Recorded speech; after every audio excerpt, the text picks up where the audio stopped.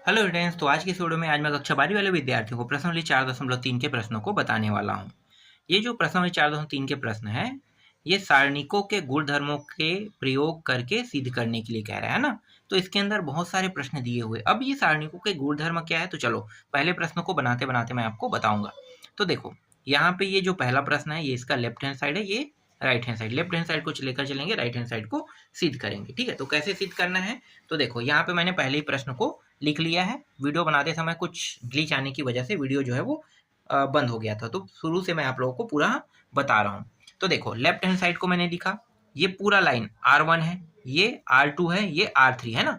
R1 R2 R3, R का मतलब क्या है, रो को प्रदर्शित करना, मतलब पंक्ति को प्रदर्शित। हिंदी में हम पंक्ति कहते हैं, अंग्रेजी में रो कहते हैं। तो रो के स्पेलिंग को हम यहाँ पे उपयोग करते हैं। तो ये R1, ये R2, ये R3। अब ये वाला क्या है, कॉलम है, ये भी कॉलम है, ये भी कॉलम है, जिसे हम हिंदी में स्तंभ कहते हैं, है ना। अब मैं क्या करूंगा, देखो यहाँ भी एक, यहाँ भी एक, यहाँ भी एक है, तो मैं क्या करूंगा, संक्रिया लगा दूंगा। ठीक है, संक्रिया मैंने लगा दिया।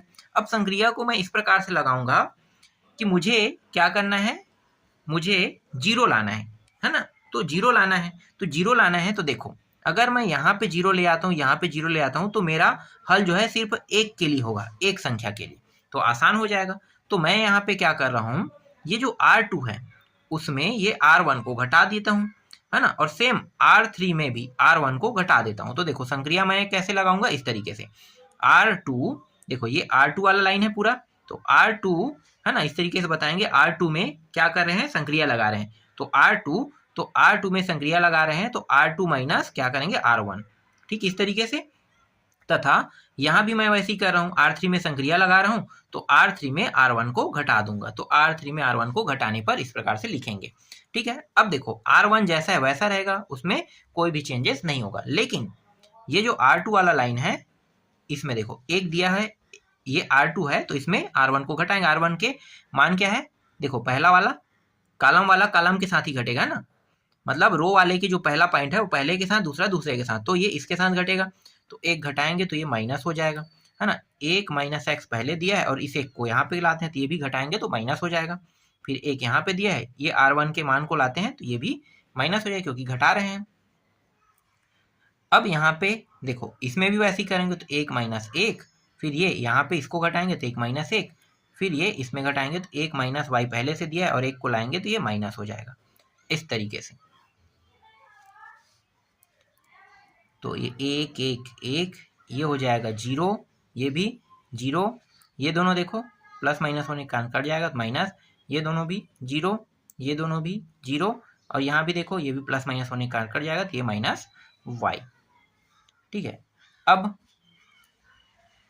हम लोग क्या करेंगे, प्रसार करेंगे। देखो बहुत आसानी से दो जीरो यहाँ पे प्राप्त हो गया है। अगर इस तरीके से दो जीरो प्राप्त हो जाता है तो क्या करना होता है, प्रसार करना होता है। और प्रसार करने का सबसे आसान तरीका क्या है, जब जीरो जिस लाइन में प्राप्त हो ना, उसी लाइन के हिसाब से आपको प्रसार कर देना चाहिए।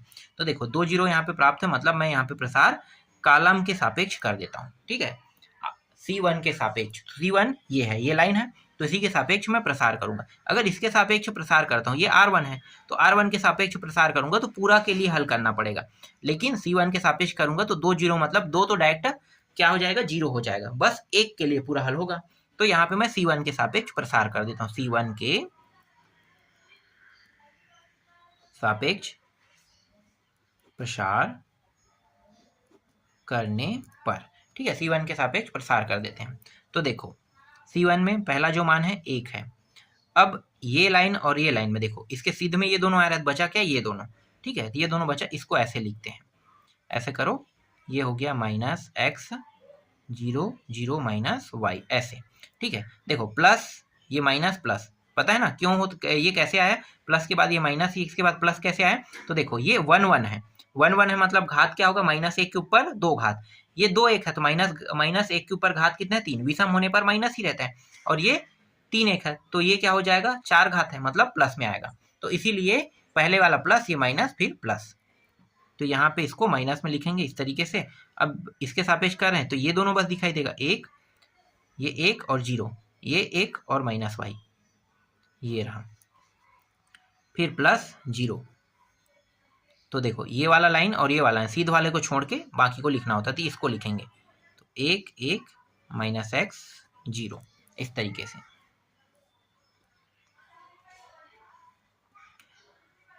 अब यहाँ पे एक और इन दोनों को गुणा कर दो तो ये हो जाएगा minus minus plus x y, और ये दोनों जुड़ा होके 0। अब देखो इसका अंदर गुणा करेंगे सभी मान 0 हो जाएगा, तो डायरेक्ट 0 लिख दो ना, इस तरीके से, है ना, पूरा 0 हो गया। अब एक का अंदर गुणा करो तो यहाँ पे सिर्फ एक्स वाई बचेगा, तो राइट हैंड साइड क्या हो रहा है, सिद्ध हो रहा है, तो सिद्ध हुआ। ठीक है, एक्स वाई हमें लाना था, तो इस तरीके से राइट हैंड साइड जो है वो क्या हो गया, सिद्ध हुआ। एक का अंदर गुणा करेंगे एक्स वाई आएगा, 0 के साथ 0 ही आएगा, 0 0 0, तो 0 का कोई महत्व नहीं है ना, तो 0 को 0 ही लिखेंगे, तो राइट हैंड साइड कितना आ गया, एक्स वाई, और यही हमें क्या करना था, इसमें सिद्ध करना था। देखो पहला प्रश्न समझ में आ गया, पहला प्रश्न। अब देखो दूसरा प्रश्न में क्या करना है, राइट हैंड साइड में 0 लाना है इस बार, तो ये प्रश्न बना के देखना, है ना। अगर आपको लगता है किसी को घटाते हुए बन रहा है तो घटाना, नहीं बनेगा तो नहीं घटाना, ठीक है। यहाँ पे बन नहीं रहा है घटाते हुए, डायरेक्ट ना R1 या फिर C1 के सापेक्ष डायरेक्ट प्रसार कर देना, ठीक है। यहाँ पे देखो तीसरा प्रश्न में संकेत दिया हुआ है, ये संकेत क्या कहना चाह रहा है, तो ये संकेत ये कहना चाह रहा है कि आपको ये संकेत पहले लगाना है, उसके बाद ही प्रसार करना है, डायरेक्ट आप प्रसार नहीं कर सकते। अगर किसी में प्रसार करने के लिए नहीं दिया जाता है और नहीं संकेत दिया जाता है तो आप अपने तरीके से कोई भी संक्रिया का उपयोग करके आप हल कर सकते हो, जैसे पहले प्रश्न को हमने हल किया। लेकिन तीसरा में ऐसा नहीं कर सकते, तीसरा में हमें बस यही संक्रिया लगाना है ना। तो चलो इस प्रश्न को बना के देखते हैं कैसे बनेगा। तो तीसरा प्रश्न पहले लिख लेते हैं, x है, y है, x प्लस वाई है, लेफ्ट हैंड साइड है ना, उसके बाद y है, फिर x प्लस वाई है, x प्लस वाई, फिर x, फिर x, और यहाँ पे y दिया है। हमें जो संक्रिया लगाना है उसको मैं लिख लेता हूँ, क्योंकि संकेत में दिया हुआ है, तो वही संक्रिया बस हमें क्या करना है, यूज करना है, संक्रिया C3, तो C3 माइनस क्या करेंगे, C1 करने पर इस तरीके से लिखेंगे, ठीक है। तो यही संक्रिया हम लोग क्या कर रहे हैं, यूज कर रहे हैं। तो देखो C3 यही है, तो ये C3 है ना, C3 में C1, तो देखो ये C1 है, ये C2 है, और ये क्या है, C3 है, ठीक है। तो C1 C2 C3, तो यहाँ पे जो संक्रिया लगाने के लिए है वही संक्रिया हम यूज करेंगे, C1 C2 C3, है ना। तो C1 जैसा जैसा वैसा रहेगा, C2 भी जैसा है वैसा रहेगा, तो x y और x प्लस वाई जैसा है वैसा इसे लिख लेते हैं, ठीक है। C2 को भी जैसा है वैसा लिखेंगे, क्योंकि यहाँ भी संक्रिया नहीं लग रहा है, ये भी हुआ जैसा रहेगा। लेकिन C3 में संक्रिया लग रहा है, तो C3 के मान को पहले लिखो, x प्लस वाई, फिर x, फिर y। अब क्या करेंगे, यहाँ पे देखो C1 को घटाने के लिखा है, तो इसको घटाएंगे तो ये प्लस में है, इस साइड आके क्या हो जाएगा, माइनस, है ना, क्योंकि घटाया रहे तो ये माइनस में रहेगा। ये भी प्लस है तो ये भी क्या हो जाएगा, माइनस, इस प्रकार से, और ये भी माइनस हो जाएगा। देखो दोनों प्लस में मतलब दोनों माइनस में, y, इस तरीके से, ठीक है। अब आगे हल करो इसको, तो ये x y, x plus y जैसा वैसा रहेगा, फिर x प्लस वाई, ये भी x, और देखो ये प्लस माइनस होने के कारण कट गया, तो यहाँ पे सिर्फ y बचेगा, यहाँ पे x माइनस वाई बचेगा, और यहाँ पे ये भी कट गया, माइनस x बचेगा, ठीक है। सही लगा है संक्रिया। अगर गलत लगेगा ना, मतलब संक्रिया तो सही है, अगर हम लोग यहाँ पे घटाते गलत तरीके से तो पूरा प्रश्न जो है वो क्या हो जाएगा, गलत हो जाएगा, है ना। तो इसे ध्यान से करना है, ठीक, यहाँ तक हो गया। अब क्या करेंगे, देखो यहाँ पे कहीं पे भी 0 नहीं आया है, और यहाँ पे एक संक्रिया से दूसरा संक्रिया नहीं लगा सकते, क्योंकि यहाँ पे संकेत दिया हुआ है, तो संकेत दिया है मतलब एक संक्रिया के बाद ही हमें रुक जाना है, ठीक है। तो एक संक्रिया लगाने के बाद हम रुक गए, अब क्या करेंगे, अब सीधा प्रसार करेंगे। तो प्रसार हम लोग यहाँ पे कर सकते हैं, ठीक है। प्रसार ये R1 है और ये C1 है, तो जिसके सापेक्ष करना चाहो उसके सापेक्ष कर सकते हो। तो यहाँ पे मैं क्या करता हूँ, R1 के सापेक्ष प्रसार कर देता हूँ। देखो C1 के सापेक्ष प्रसार करूंगा तो भी कहीं पे 0 नहीं है ना, R1 के सापेक्ष प्रसार कर रहा हूँ तो भी 0 नहीं, तो अपने हिसाब से चाहे मैं C1 या फिर R1, है ना, जिसके सापेक्ष करना चाहूँ मैं प्रसार कर सकता हूँ। तो मैं यहाँ पे R1 के सापेक्ष कर रहा हूँ, तो लिखूंगा मैं R1 के सापेक्ष प्रसार करने पर। तो r1 के सापेक्ष प्रसार करेंगे तो देखो ये x हो गया, है ना, प्लस में रहेगा। अब ये दोनों देखो, ये इसके सीधे में आ रहा है, जो नहीं आ रहा है यही मान है, तो इसको लिख लेंगे x प्लस वाई, एक्स, फिर x माइनस वाई, और ये माइनस x, फिर ये माइनस में रहेगा x, है ना, माइनस x। एक मिनट, माइनस में है, कहीं गलत थोड़ी लिखा है मैंने, हाँ यहाँ पे गलत लिखा है, यहाँ पे गलत लिखा हूँ मैं, ये y है, ठीक है, देख लो सही सभी लिखा है, ठीक है, गलत होने पर गलत हो जाता प्रश्न, ये माइनस y है ना, माइनस y हो जाएगा। अब देखो ये भी सुधार लो, ठीक है, माइनस y। अब ये वाला लाइन और ये वाला लाइन छोड़ दो, तो ये और ये दिखाई दे रही है, और ये, तो इन दोनों को लिखते हैं, तो y x प्लस वाई, और ये हो गया x माइनस वाई और माइनस x, इस तरीके से, ठीक है। अब एक और बचा है, फिर प्लस लगा देंगे, है ना, ये क्या है, y है, प्लस में है तो प्लस में लिखो, तो ये y, इस तरीके से। अब इन दोनों को तो देखो, ये दोनों बस आपको दिखाई देगा, है ना, मतलब ये इसके लाइन में आएगा, इसके लाइन में आ गए, जो लाइन में नहीं आ रहा है यही मान है, तो y x plus y, x plus y, और ये रहा x, इस तरीके से। तो ये अब हल करते हैं इसको,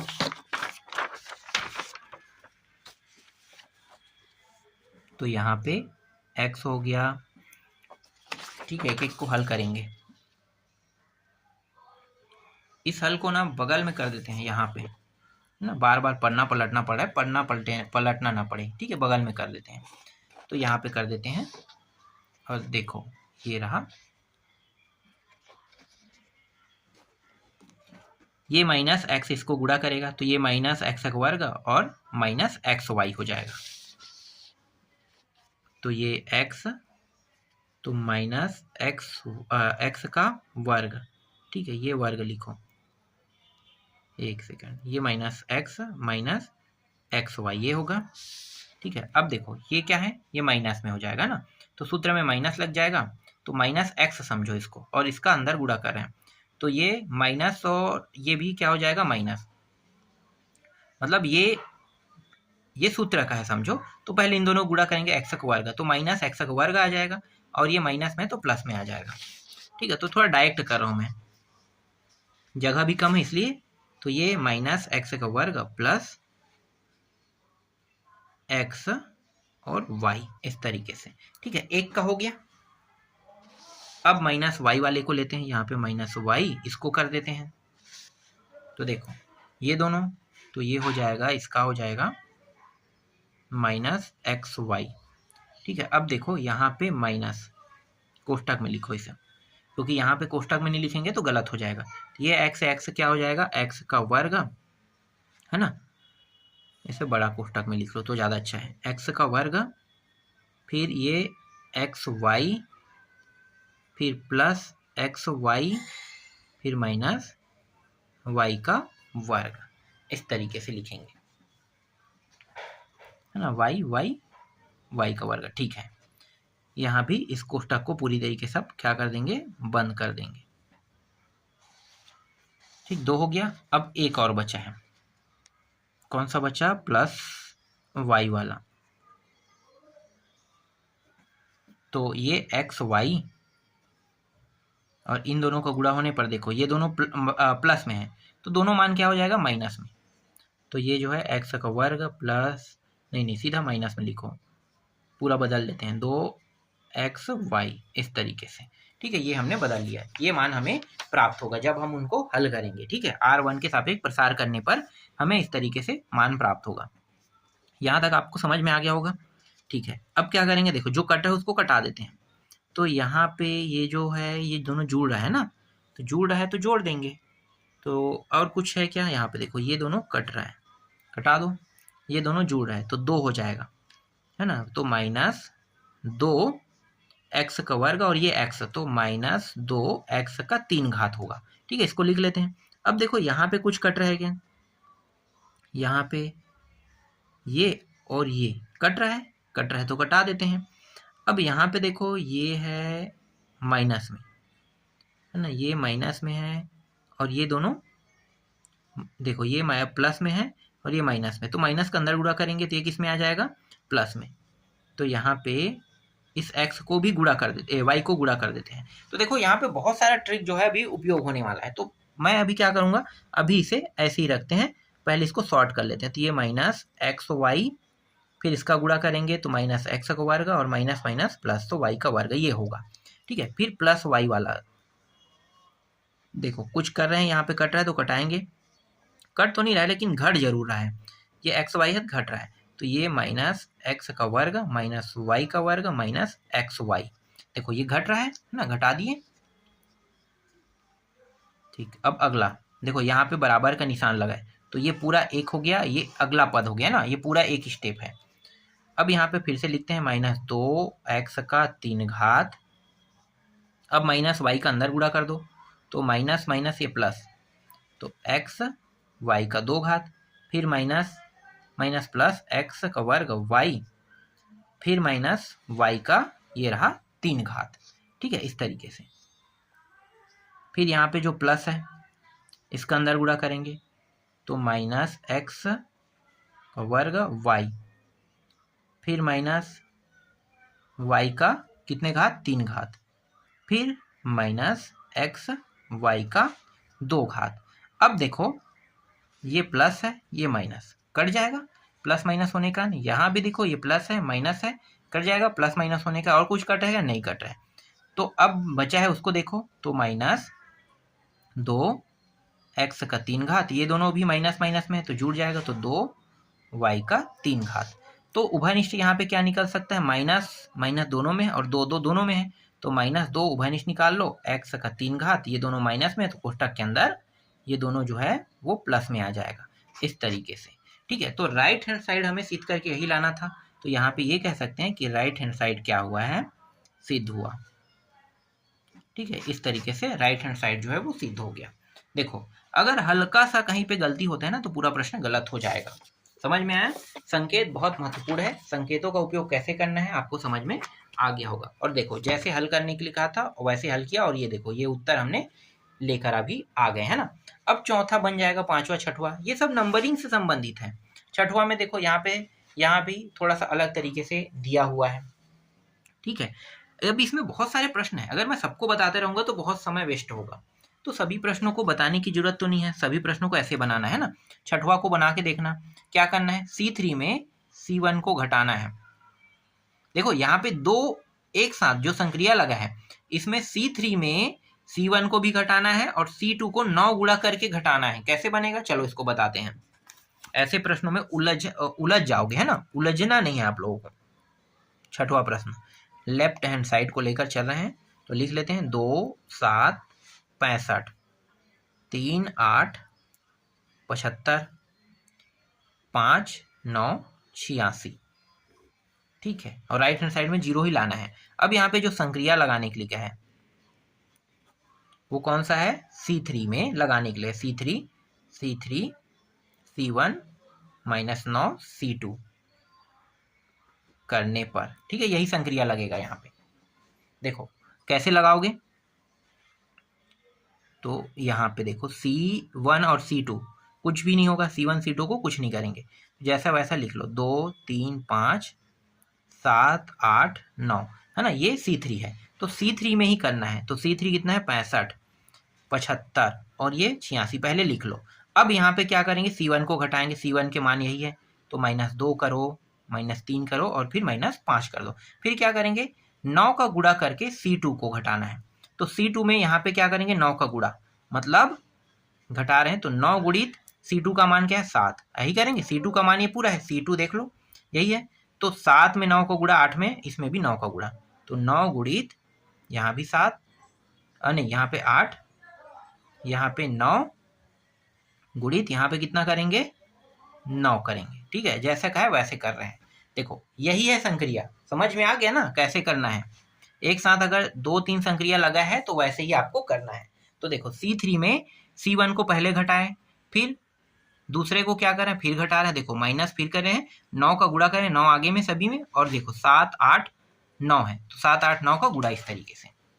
अब आगे इसको हल करो तो देखो 2 3 5 7 8 9, तो ये हो जाएगा 9 सत्ते 63, है ना, 64 65 65 हो जाएगा। 65 और 65 घट के कितना हो जाएगा? 0, 0 हो गया। अब देखो यहाँ पे 9 अट्ठे 72, 3 75, 75 75 भी 0, 9 नहीं 81 और 5 86, ये भी 0, देखो 0। ठीक है, यहाँ पे 0 0 प्राप्त हो गए। अब इसका जो उत्तर है वो क्या आएगा? आगे अगर बनाना चाहो तो बना सकते हो। यहाँ पे इसका पूरा मान 0 आ चुका है। कैसे 0 आया? क्योंकि C1 के सापेक्ष अगर मैं प्रसार करता हूं तो पूरा मान 0 आएगा। सॉरी, C1 नहीं, C3 के सापेक्ष। देखो C3 के सापेक्ष प्रसार करने पर पूरा मान 0 होगा, है ना, 0 होगा। क्यों 0 होगा? क्योंकि पूरा मान क्या है? 0 ही दिया हुआ है। तो 0 दिया है तो 0 0 0 0 पूरा मान क्या होगा? प्राप्त होगा।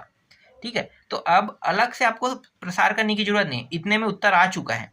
हाँ, अगर आप लोग C1 के सापेक्ष प्रसार करोगे तो अलग उत्तर आएगा, है ना। उत्तर अलग नहीं आएगा, 0 आएगा। तो आप एक एक को बता सकते हो कि नहीं, अगर आपको बताना ही है।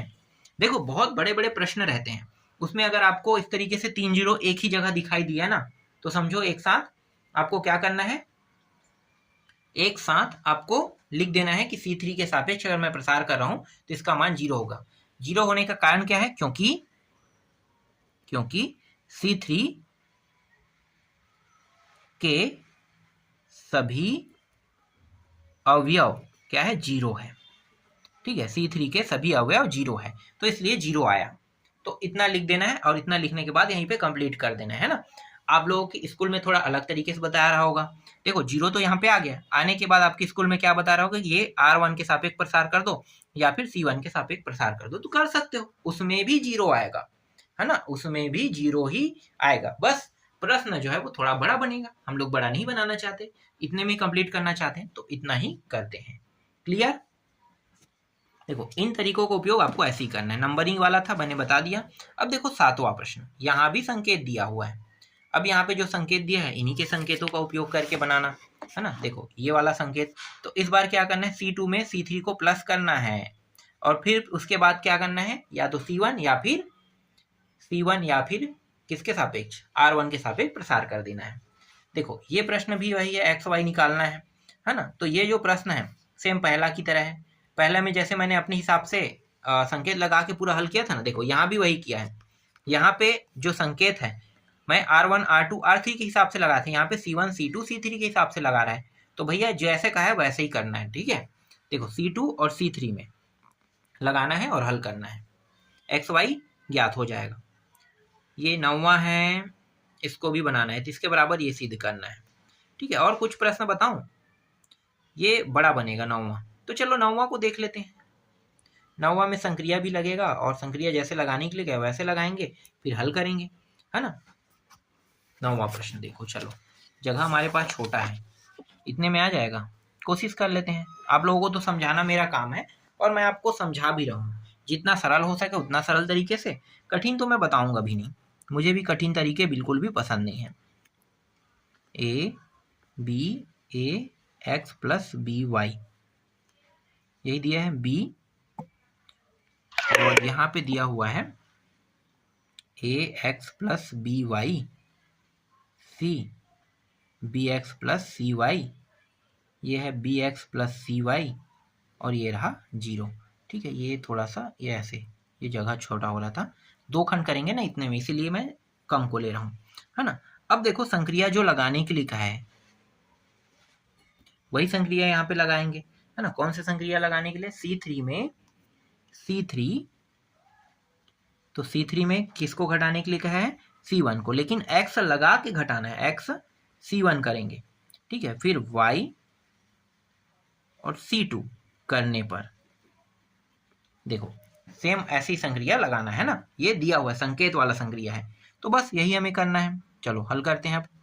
तो देखो ये C1 C2 जैसा है वैसा रहेगा, a b a x b y b c b x c y, है ना। अब C3 देखो, C3 को पहले उतार लेते हैं, ax plus b y b x plus c y 0। अब इसमें घटाना किसको है, x लगा के इसमें x का गुणा करके घटाएंगे, है ना। तो ये x, यहाँ भी x और यहाँ भी x गुणा कर रहे हैं, ठीक है।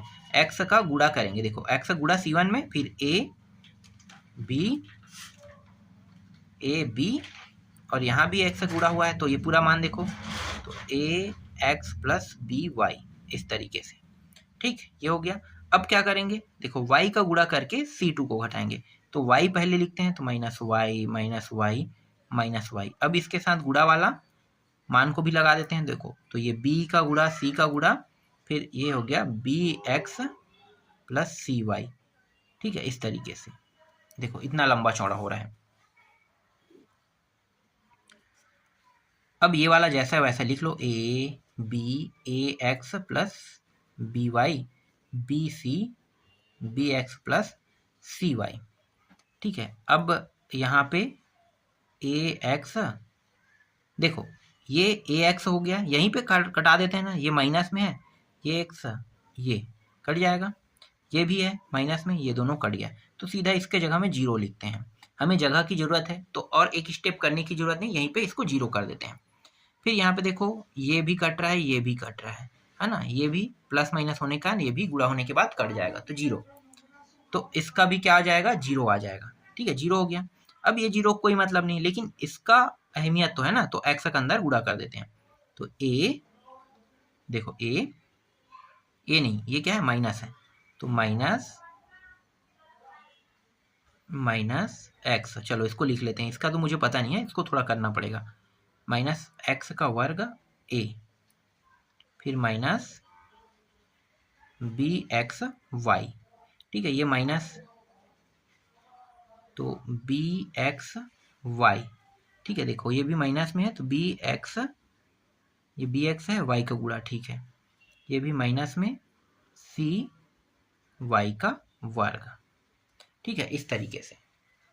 तो इतना हमें प्राप्त हो जाएगा। देख लो कहीं पे गलती थोड़ी हुआ है, चलो गलती होगा तो बाद में सुधार लेंगे, और होगा तो यहीं पे गलती होगा, है ना। तो a x plus b y b c b x plus c y 0 0। अब यहाँ पे देखो कुछ कट रहा है क्या, ये दोनों तो एक प्लस माइनस, मतलब माइनस माइनस में हो रहा है, दोनों जुड़ रहे हैं ना, तो जुड़ रहा है तो दोनों को क्या करेंगे, जोड़ देंगे। और कुछ हो रहा है ना, नहीं हो रहा है, कुछ भी नहीं हो रहा है, देख लो ढंग से देख लेते हैं, ये x ये है ना, नहीं कुछ हो रहा है ना, ये भी कट है क्या, यहाँ पे गलत थोड़ी हुआ है, उसको एक बार मैच कर लेते हैं, तो ये माइनस बी एक्स वाई, ये भी माइनस, हाँ ठीक है, कुछ नहीं हो रहा है, तो इसको जैसा है वैसा लिख सकते हैं, है ना। तो ये माइनस एक्स का वर्ग a, ये दोनों जुड़ रहा है, तो माइनस 2 बी एक्स वाई, फिर माइनस सी वाई का वर्ग, ठीक है, ये हो गया। अब क्या करेंगे, अब प्रसार करेंगे, ठीक है। और हम लोग संक्रियाएं नहीं लगा सकते, क्योंकि यहाँ पे जो संकेत दिया है वो एक ही संकेत है, मतलब एक संक्रिया लगाने के लिए कहा था। तो अब क्या करेंगे, प्रसार। तो देखो प्रसार किसके सापेक्ष करें, ज्यादा 0 कहाँ पे दिखाई दे रहे हैं, कॉलम के मुकाबले। अगर R1 के सापेक्ष करते हैं तो 2 के लिए हल करना पड़ेगा, और इसके सापेक्ष करेंगे तो 1 के लिए हल करना पड़ेगा। तो यहाँ पे मैं लिख लेता हूँ C3, है ना, ये C3, ये कौन सा लाइन है, C3 के सापेक्ष प्रसार करने पर, ठीक है। अब 2 खंड कर लेते हैं, ठीक है, हमारे पास जगह की कमी है तो बगल में कर लेते हैं। देखो C3 के ये 0, तो मैं इसको लिखूंगा नहीं, पूरा मान 0 होगा, तो ये 0, फिर माइनस 0, और फिर बच के आंसर है यही वाला, तो इसके सापेक्ष कर रहे हैं, तो देखो ये हो रहा है माइनस एक्स का वर्ग a minus 2 b x y और माइनस सी वाई का वर्ग, इसको कोष्टक में लिख लो, ठीक है। अब देखो ये वाला हो गया, है ना, ए सी माइनस माइनस माइनस, देखो ये भी नहीं, ये माइनस ही रहेगा, माइनस माइनस प्लस, ये मतलब प्लस में है, तो माइनस बी का वर्ग हो जाएगा, इस तरीके से, ठीक है। ये अब इन दोनों का गुणा कर देते हैं, देखो यहाँ तक आपको समझ में आ गया होगा, है ना। तो इन दोनों का गुणा कर देते हैं। तो देखो ए सी का गुणा अगर मैं इस पूरे पद में करता हूं तो क्या मान प्राप्त होगा, ए का वर्ग, मतलब माइनस एक्स का वर्ग है तो ए का वर्ग, और ये सी भी प्राप्त होगा। ठीक है, यहाँ भी करेंगे तो देखो 2, अब यहाँ पे ए सी है क्या, ए और सी दोनों नहीं है, तो 2 a b c x y. ठीक है, इस तरीके से लिखेंगे। फिर इसी का गुणा इसके साथ भी करेंगे तो ये माइनस ए तो नहीं है ना, सी है तो सी का वर्ग और वाई का वर्ग, ये हो जाएगा। अब देखो यहाँ पे माइनस है तो जो मान माइनस में रहेगा यहाँ पे वो पूरा प्लस में आ जाएगा, तो माइनस में है तो ये प्लस में लिखेंगे इसको। तो यहाँ पे एक्स के वर्ग ए और ये रहा बी का वर्ग। फिर यहाँ पे माइनस में है तो ये भी प्लस में आ जाएगा, है ना, तो 2 बी का वर्ग है तो ये बी का 3 घात हो जाएगा। फिर एक्स और वाई, फिर ये भी माइनस में तो ये भी प्लस में, सी बी का वर्ग वाई का वर्ग, इस तरीके से। ठीक है, अब जो जुड़ेगा उसको जोड़ेंगे, जो नहीं जुड़ेगा उसको नहीं जोड़ेंगे, जो कटेगा उसको कटाएंगे, जो नहीं कटेगा उसको नहीं कटाएंगे, है ना। तो देखो अगर ऐसा करते हैं तो यहाँ पे हाँ एक चीज और है, इतना लंबा चौड़ा तो मैंने हल कर दिया लेकिन उत्तर जो है इतना लंबा चौड़ा नहीं आया है। देखो मैं आपको दिखा देता हूँ। ठीक है, आगे स्टेप में आ गए हैं। देखो बी का वर्ग माइनस ए सी, और ये पहले से हमें प्राप्त हो चुका है। ठीक है, तो ये वाला स्टेप अगर मैं इसको हटा देता हूँ जैसा कि यहाँ पे हमने किया है, करने की जरूरत नहीं है, इसको करने की जरूरत नहीं है कह रहे हैं। ठीक है, क्या करेंगे, यहाँ से माइनस बस को बाहर ले लेते हैं। तो माइनस को बाहर लेंगे तो मतलब -1 को बाहर ले लिए, तो जो माइनस में अंदर में कोष्टक के अंदर सब मान क्या हो जाएगा, प्लस में। तो एक्स का वर्ग ए, फिर प्लस 2 बी एक्स वाई, फिर प्लस सी वाई का वर्ग, इस प्रकार से, है ना। अब ये वाला जो मान है ए सी माइनस बी का वर्ग, अब ये जो माइनस है इसको इसमें डाल देते हैं, इसमें डालेंगे तो उल्टा हो जाएगा, है ना, उल्टा। तो ये हो जाएगा माइनस है वो प्लस, प्लस माइनस, तो बी का वर्ग प्लस में हो जाएगा और ये ए सी माइनस में। ठीक है, अब इसको लिखो एक्स का वर्ग a plus 2 b x y plus c y का वर्ग, और यही हमें क्या करना था, सिद्ध करना था। तो यहाँ पे लिख सकते हो सिद्ध हुआ, सिद्ध हुआ। ठीक है, थोड़ा देख लेना, मैं यहाँ पे जो राइट हैंड साइड है उसको देखा नहीं था, है ना, तो राइट हैंड साइड को देखा नहीं था इसलिए इसको आगे हल कर रहा था। तो देखो गुणा कर रहा था, गुणा करने की जरूरत नहीं है, इसी तरीके से सिद्ध करना था, सिद्ध हो गया। तो 9वां प्रश्न इस प्रकार से बन रहा है। ठीक है, अब देखो यहाँ पे जो 10वां प्रश्न है ये आपसे बन जाएगा, है ना। संकेत उदाहरण 20 के अनुसार कह रहे हैं। अब उदाहरण 20 को देखो, उदाहरण 20 का संकेत कौन सा है भैया, वही संकेत यहाँ पे लगाना है। ये 19वां हो गया, ये 20वां नहीं, संकेत नहीं कहा है, मतलब 20वां की तरह हल करना है, कोई संकेत नहीं दिया है ना, कोई संकेत नहीं दिया है, मतलब आपको क्या करना है, सिंपल अपने तरीके से इसको हल करना है। ये कह रहा है उदाहरण 20 की तरह हल होगा, मतलब अपने तरीके से पूरा। तो देखो अगर आप लोग R1 में इसको यहाँ पे लाते हो तो एक 0 हो जाएगा, तो फिर इन दोनों के सापेक्ष आसानी से हल कर सकते हो, है ना। तो ये अपने तरीके का उपयोग करके इन प्रश्नों को बनाना। ठीक है, 10वां प्रश्न आसान है, इसमें संकेत नहीं दिया है, मतलब आप जितना बार चाहो उतना बार, अगर सभी को 0 ला सकते हो सभी को 0 ला के भी हल कर सकते हो, सभी को तो आएगा नहीं लेकिन ये मान जो है ऑटोमेटिकली आ जाएगा। वैसे ही यहाँ पे देखो 11वां प्रश्न, अभी जो मैंने 9वां बनाया ना सेम टू सेम वैसे ही बनेगा। यहाँ पे कोई संकेत नहीं दिया है, उदाहरण नंबर 28 के अनुसार जैसे उदाहरण नंबर 28 बना वैसे ही बनेगा कह रहा है। तो संकेत यहाँ पे नहीं है, इसलिए क्या करना है, आपको सिंपल हल कर देना है। ये सिंपल हल है, जैसे मैंने पहले को हल किया था वैसा ही है, ये बस उदाहरण नंबर 28 के हिसाब से बनेगा कह के बता रहा है। तो ये भी बन जाएगा। 12वां के अंदर भी प्रश्न है, वो भी आप लोगों से बन जाएगा। अब यहाँ पे देखो 13वां जो प्रश्न है यहाँ पे संकेत दे दिया है भाई, तो 13वां प्रश्न को कैसे बनाओगे, संकेत दिया है तो R2 में R1 को घटाओगे, R3 में R1 को घटाओगे, उसके बाद प्रसार करोगे, चाहे आप C1 के सापेक्ष प्रसार करो, चाहे आप C2 या C3 के सापेक्ष प्रसार करो, है ना। R1 R2 R3 जिसके सापेक्ष प्रसार करना चाहो कर सकते हो। 14वां देखो, इसमें सभी प्रश्न एक जैसे है, कोई कठिन तो मुझे नहीं लग रहा है, इसलिए सबको बताना पॉसिबल नहीं है। मैंने जितना बताया ना उतने में आप लोग समझ गए होंगे। 14वां प्रश्न देखो, ये भी आसान है, ये भी बन जाएगा। 15वां प्रश्न में भी राइट हैंड साइड सिद्ध करना है, 16वां में भी राइट हैंड साइड सिद्ध करना है ना। 17वां में देखो, 17वां थोड़ा सा अलग तरीके का प्रश्न है। अब 17वां देखो, 17वां में क्या डिफिकल्ट है दिखाई दे रहा है मुझे, तो बस R2 में R1 करना है। ठीक है, पहले R2 में R1 करना, फिर R3 में R1 करना, यही करने के लिए क्या संकेत दिया है, तो बस ऐसे ही करना है। फिर 18वां प्रश्न देखो। 18वां में कोई संकेत नहीं दिया, मतलब अपने तरीके से हल कर सकते, डायरेक्ट प्रसार कर सकते हो, R1 के सापेक्ष प्रसार कर सकते हो और C1 के सापेक्ष भी प्रसार कर सकते हो, है ना। तो ये भी आसानी से बन जाएगा। 19वां प्रश्न भी कोई टफ नहीं है, 20वां भी टफ नहीं है, बस राइट हैंड साइड लाना है, ऑटोमेटिकली राइट हैंड साइड आ जाता है। 22वां देखो, है ना। सबको मैं नहीं बता पाऊंगा, इसलिए मैं आपको जितना बताया ना उतना बहुत हो गया है आप लोगों के लिए। 23वां है, 24वां है, ये भी सिंपल तरीके से हल हो जाएगा। हाँ, निम्न सारणी को हल कीजिए कह रहा है, इसको हल करोगे तो ये ऑटोमेटिकली आ जाएगा। 25वां भी वैसे ही ऑटोमेटिकली हल हो जाएगा। 26वां भी ऑटोमेटिकली हल हो जाएगा। हाँ, यहाँ पे संकेत दिया तो इस संकेतों का उपयोग करना है बस। 27वां, 28वां पूरा एक ही तरीके से बनेगा, तरीका बिल्कुल भी चेंज नहीं होगा। 29वां भी है, 28वां में संकेत दिया, संकेत का उपयोग करके बनाना है ना। डायरेक्ट प्रसार नहीं करना है। कई प्रश्नों को आप डायरेक्ट प्रसार कर सकते हो, ठीक है, डायरेक्ट प्रसार कर सकते हो। जैसे कि देखो, चलो मैं एक प्रश्न देख लेता हूँ। यहाँ पे 29वां प्रश्न है, इसको डायरेक्ट प्रसार करते हैं। यहाँ पे कोई संकेत दिया है, नहीं दिया है ना, तो कोई अपना मैं बुद्धि नहीं लगाऊंगा, ठीक है, कुछ भी बुद्धि नहीं लगाना है, डायरेक्ट क्या करना है, प्रसार करना है। तो चलो 28वां के बाद 29वां, है ना, फटाफट हल करते हैं। 3x 1 plus 3y 1 1 1 1 plus 3z और ये 1, ठीक है। देखो डायरेक्ट प्रसार करते हैं, तो यहाँ पे मैं C1 या R1 जिसके सापेक्ष करना चाहूँ कर सकता हूँ। तो यहाँ पे मैं R1 के सापेक्ष कर देता हूँ, R1 के सापेक्ष प्रसार करने पर सीधा, लेकिन ये लिखना पड़ेगा ना कि R1 के सापेक्ष प्रसार कर रहे हैं।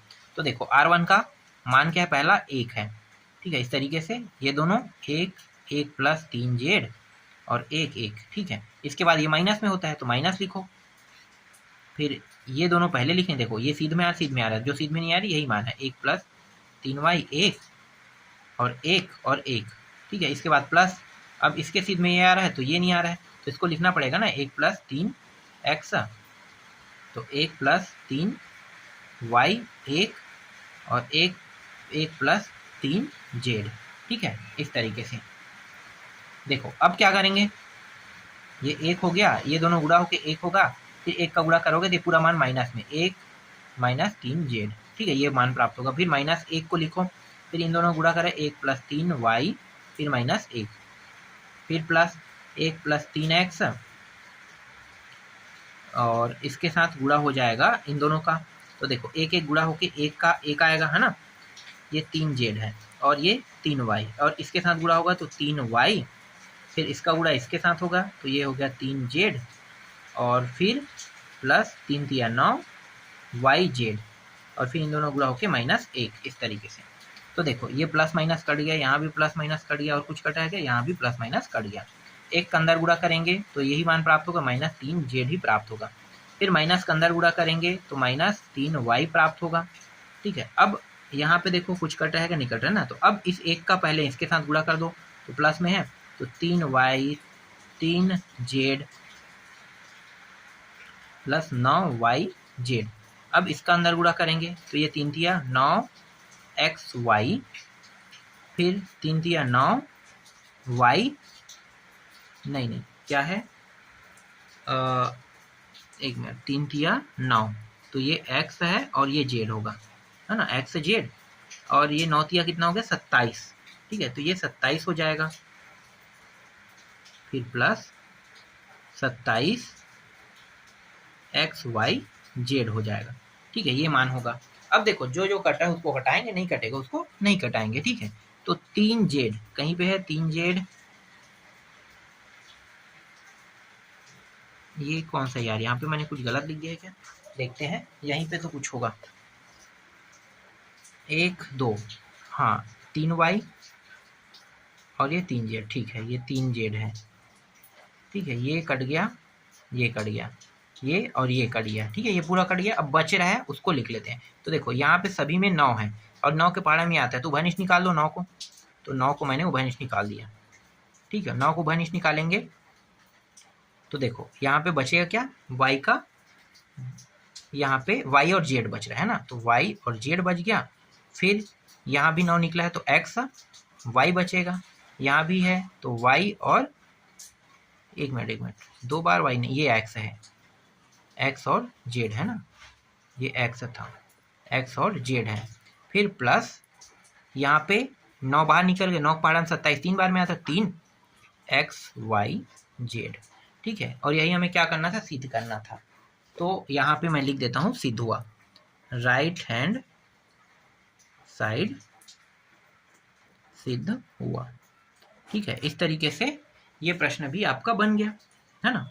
तो 29वां प्रश्न देखो, कुछ नहीं किया, प्रसार करने की प्रसार बस मैंने किया, यहाँ पे कोई भी संक्रिया मैंने नहीं लगाया, है ना। तो हर में आपको संक्रिया लगाने की जरूरत नहीं है, जिसमें लगाते हुए बन पा रहा है, जिनको बिना संक्रिया से बनाना चाहते हो बना सकते हो, और जिनको संक्रिया लगा के बनाना चाहते हो, है ना, उसको संक्रिया लगा के बना लो। वो आपके ऊपर डिपेंड करता है, अगर संक्रिया लगाने के लिए कहेगा तब लगाना है, नहीं लगाने कहेगा तो नहीं लगाना है ना। मतलब ये आपके ऊपर डिपेंड करता है, लगाने वाले में तो एकदम लगाना ही है, नहीं कहेगा उसमें आपकी मर्जी है, उसमें आपकी मर्जी चलेगा।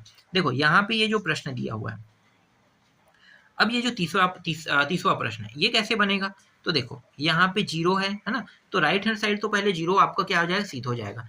फिर प्रयोग, फिर a अपान x, b अपान और ये c अपान, इस तरीके से करके x y z के मान कोई भी कंडीशन में 0 नहीं आना चाहिए कह रहा है। तो ये जो तीसरा प्रश्न है उसको मैं आपको नेक्स्ट वीडियो में बनाऊंगा। ये वीडियो जो है बहुत लंबा बन चुका है, एक ही वीडियो में ये कंप्लीट नहीं हो पाएगा, ये डेढ़ घंटे के आसपास का चला जाएगा। तो जो बाकी प्रश्न है उसको आपको नेक्स्ट वीडियो में बता दिया जाएगा।